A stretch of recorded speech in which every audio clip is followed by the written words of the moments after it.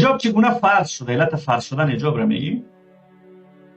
ماجرای حجاب صحیح بخاری 2170 از عایشه روایت است که گفت از زبان مادرشان همسران پیامبر شبانگام برای قضای حاجت یعنی توالت اشناب بیرون می آمدن. خانه نداشتن بیچاره. خب زنا می رفتن بیرون که توالت برن و به مناصع می رفتن. مناصع زمین گسترده و فراخ بود، یعنی نه نخلی داشت نه دیواری داشت و همه جای این مناصع معلوم می شد، گسترده و فراخ. عمر به رسول خدا عرض میکرد، غیرتی ترینشان که همین عمر بودن، به رسول خدا عرض میکرد، خودش باز بابا جان مشکل خودش را داشت، زنان خود را در حجاب بدار، یعنی بر رعایت حجاب دستور دی. هنوز آیت قرآن نیامده ولی رسول خدا این کار را نمیکرد. عمر از چی کسی کرده؟ از محمد کرده، غیرتی تر بوده در باب حجاب.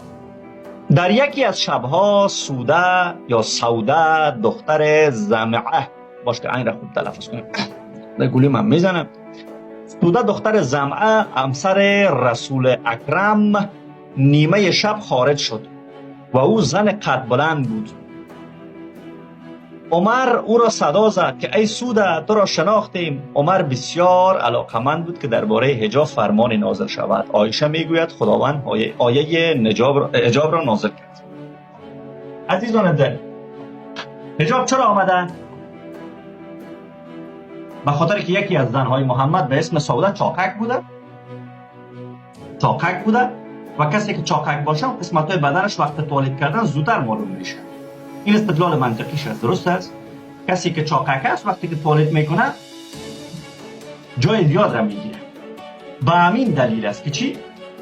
تنها وقتی سوده توالت میره عمر متوجه میشه. پس کجایش را دیده؟ کجای سوده چاق بوده؟ کجاش چاقک بود؟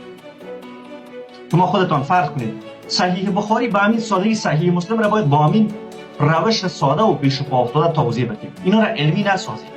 اینجا مسئله چاقک بودن زن محمد، فربه بودن زن محمد کدام چیز خاصی نیست که بیاین بحث علمی کنیم و فلان بهمان. نه، در مورد صحیح مسلم انسان نادان میآید بحث علمی میکنه. علم چی ربطی به صحیح مسلم داره؟ عمر میبینه سوده را میاد پیش محمد، میگه من زنانی که میبینم مشکل اساسی حجاب این بوده. حالا زنان شما آیا میرن در اونجا توالت کنن؟ آیا به خاطر چهره حجاب نازل شده آیتش؟ نه، به خاطر قسمت پایین بدن نازل شده، به خاطر توالت رفتن نازل شده. چون زنان محمد وقتی می نشستن باید خریطه های سیاه را در گرد خود می پیچاندن، پایین می کردن و در اونجا می نشستن، برایشان یک توالتک جور می کردن از چادر سیاهشان، از دامن سیاهشان، از خریطه سیاهشان. به این خاطر حجاب آمده، چون اونها بدنشان معلوم می شود.